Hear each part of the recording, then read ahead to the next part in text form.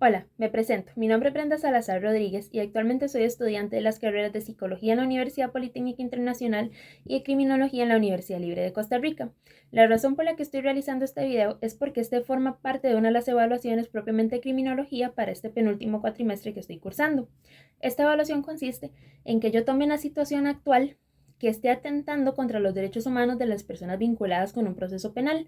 En mi caso, yo voy a hablar de toda la problemática que se está dando con los sistemas penitenciarios y de ahí vincularlo con los derechos humanos de los privados de libertad, dándole un enfoque criminológico al caso. Entonces, primeramente, debemos recordar, y es muy importante, que los privados de libertad son seres humanos que nacieron, que crecieron, que se desarrollaron dentro de una sociedad, pero que dentro de esta misma sociedad resulta que cometieron tal vez alguna acción, alguna omisión que infringió la ley de determinado país.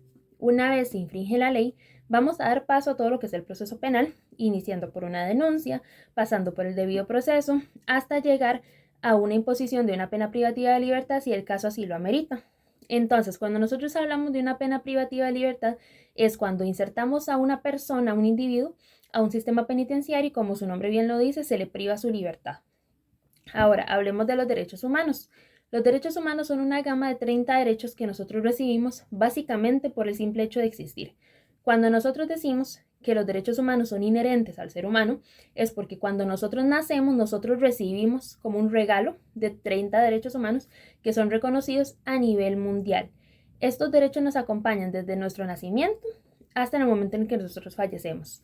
También es muy importante recordar que estos derechos no pueden ser ignorados, no pueden ser vendidos, no pueden ser regalados, no pueden ser traspasados, no pueden ser intercambiados por algún objeto, efectivo, alimento, etc., ya que son derechos propios del ser humano. Decía un autor muy reconocido que los derechos humanos son para todos, seamos quienes seamos y estemos donde estemos.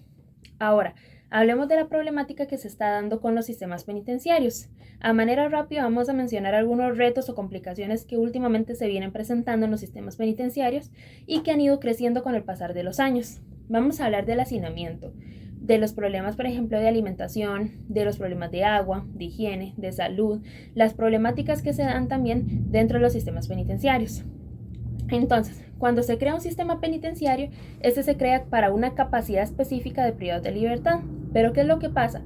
Si se crea un sistema penitenciario, por ejemplo, para 5.000 privados y nosotros ingresamos 10.000 privados de libertad, estamos ingresando 5.000 privados de libertad más de su capacidad.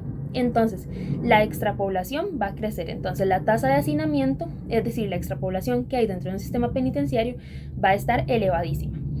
Al existir extrapoblación, la alimentación no va a alcanzar para todos los privados de libertad. Entonces, muchos de ellos ni siquiera van a comer o muchos van a recibir comida, pero así como sumamente limitada. Después, también al existir extrapoblación, por ejemplo, los recursos de agua van a ser escasos para todo lo que la sociedad, en este caso los privados de libertad, están demandando. Entonces, de ahí vamos a empezar a ver, por ejemplo, problemas de higiene, problemas de salud, al existir las enfermedades, al existir contagios, y entonces, por ende, estamos poniendo en riesgo la salud de un ser humano. Entonces, ¿por qué hacemos referencia a todo esto? Porque son problemáticas actuales que se dan dentro de los sistemas penitenciarios. Otra gran problemática que ha salido incluso en las noticias, en las redes sociales, es todas las riñas, por decirlo de alguna forma, son todas las riñas, por ejemplo, los problemas, peleas que se han dado entre los mismos privados de libertad o con los mismos funcionarios de los sistemas penitenciarios. ¿Qué es lo que pasa acá?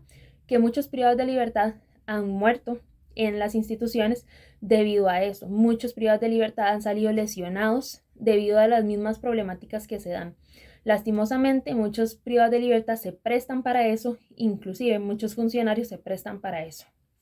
Hablemos ahora de lo que tiene que ver con la Declaración Universal de los Derechos Humanos. En su artículo número 5, este menciona que ninguna persona será o debería ser tratada, por ejemplo, con torturas, con penas o tratos crueles o inhumanos. Eso para poder preservar lo que tiene que ver pues con su dignidad como ser humano y con su integridad física. Lastimosamente, al existir riñas, al existir peleas, al existir muertes dentro de los mismos sistemas penitenciarios, estamos pasándole por alto al artículo número 5 de una declaración universal. Dentro del artículo número 3 de también esta misma declaración se menciona que las personas tienen derecho a preservar su integridad y su seguridad física y personal. Entonces vemos que, por ejemplo, el hacinamiento, la extrapoblación, todo lo que tiene que ver con los problemas de alimentación, de salud, le están pasando por alto a la integridad física, a la seguridad de una persona. Una persona para poder sobrevivir necesita pues alimentación, necesita estar bien de salud. Y si todo esto se pasa por encima, pues estamos violando en cierta forma los derechos humanos de los privados de libertad. Existe también un manual, llamémoslo así, que se llama como los principios o las reglas mínimas para el tratamiento de los reclusos.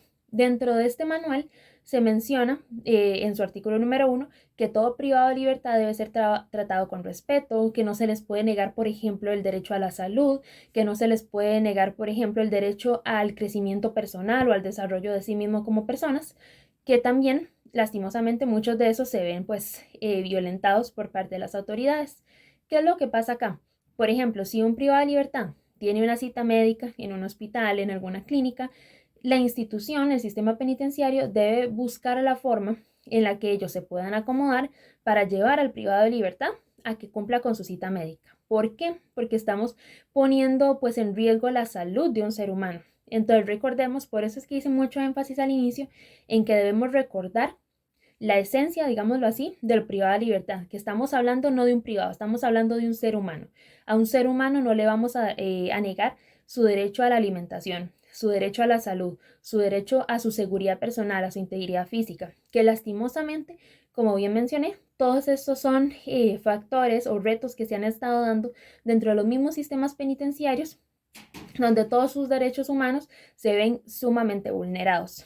Entonces ahora, a manera de opinión personal, dándole un poco del enfoque criminológico al caso, vamos a hablar de que el fin de la pena o la función de la pena o de la prisión no deberían ser jamás en la vida violentar los derechos humanos o pasarle por encima a la integridad de las demás personas, sino que el fin de la pena, el fin del sistema penitenciario debería ser, primero que nada, resarcir el daño, es decir, que el privado de libertad puede ingresar a un sistema penitenciario que pueda descontar la pena que se le impuso, pero que también pueda resarcir el daño a la sociedad y a la víctima.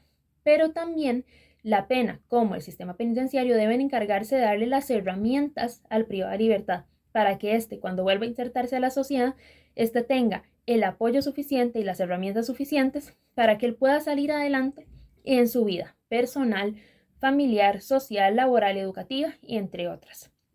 Lastimosamente, muchas personas hoy en día llegan y dicen, por ejemplo, que está bueno que en los sistemas penitenciarios los privados de libertad se estén muriendo de hambre, está bueno que muchos mueran dentro de un sistema penitenciario, lo cual personalmente no me parece un comentario para nada acertado, porque recordemos nuevamente, todos somos seres humanos. Nosotros no podemos desearle el mal a la persona que está al lado mío. Es decir, también tenemos que ponernos en cierta parte en los zapatos de los privados de libertad y decir, si yo cometí un error, merezco una segunda oportunidad. Todos somos seres humanos, todos cometemos errores día a día, algunos errores son un poco más graves que otros, pero todos cometemos errores. Es decir, nadie es perfecto y todos desearíamos una segunda oportunidad. Entonces, ¿qué pasa, por ejemplo, si soy yo quien cometí un error y por ejemplo, me insertan a un sistema penitenciario y me tratan de la peor forma posible? No vamos a querer eso ni siquiera para nosotros mismos ni para nuestros amigos o familiares en caso de que se cometa, por ejemplo, algún error de esos, algún delito. Entonces, debemos entender que la pena y los sistemas penitenciarios buscan ayudar al ser humano, buscan hacer justicia de una forma sana, lo cual es un factor que la sociedad ha venido pues cambiando. Se busca justicia cuando en realidad se está buscando venganza y se dice que está bien que los privados de libertad pasen hambre, que se enfermen, que se mueran, cuando en realidad no debe ser así. Nosotros como sociedad debemos entender que la pena, que la prisión están para ayudar al ser humano, para darle las herramientas, para que dentro del sistema penitenciario ellos puedan crecer como personas y una vez salgan, ellos puedan insertarse nuevamente y seguir adelante con su vida, lejos de las vidas delictivas que tal vez anteriormente tenían. Entonces esto es apenas una pincelada de todo el tema. El tema es enorme, es un tema que la verdad me fascina hablar. Es muy interesante, es muy bonito, se aprende bastante. Entonces los invito a que sigamos aprendiendo, en este caso, los derechos humanos de los privados de libertad. Busquemos los 30 derechos que les mencioné, leámoslos, busquemos también el manual donde se habla de las reglas mínimas para el tratamiento de los reclusos. Es un manual sumamente interesante, es pequeñito, tiene como 10, 11 artículos, los cuales son muy interesantes también. y pues sigamos aprendiendo, no apoyemos pues la venganza, busquemos la justicia sana, busquemos como nosotros como sociedad apoyar a los privados de libertad, que se les den, por ejemplo, las herramientas para que ellos puedan salir adelante, y recordemos que nosotros todos, por ser seres humanos, tenemos derecho a segundas oportunidades en nuestra vida. Ojalá les haya gustado el video. Cualquier comentario, cualquier duda, agradezco que me lo mencionen para así poder seguir aprendiendo. Muchísimas gracias.